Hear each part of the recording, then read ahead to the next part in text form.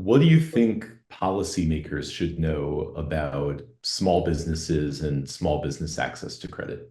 That's a great question. I have a couple things, and I'd love your answer on that. The first is small businesses owners are very sophisticated.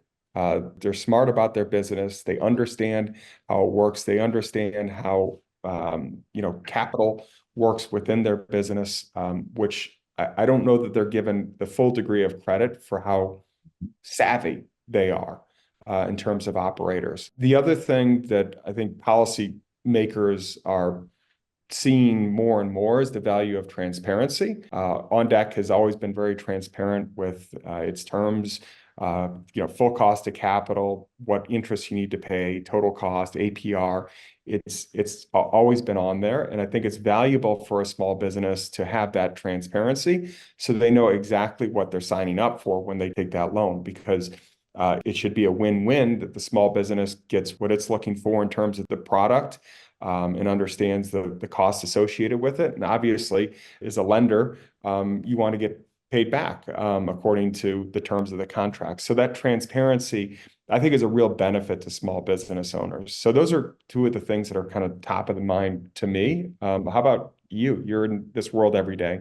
Yep. Yeah, I agree with all that. I think a small business owner is a very important person and also a very brave person if you think about what they're doing. It is not easy to start a business. It's not easy to run a small business. No one has enough resources, so everyone's always trying to figure out how they prioritize. And so a small business owner is a very busy person. And what's interesting as we look at all this data is just to get an idea of the financial challenges they face and the tools that they have and the techniques that they employ to overcome those challenges and make the best of them. And so, for policymakers, I think we want to create the environment where small business owners have access to capital. And as you said, capital on transparent terms, on favorable terms.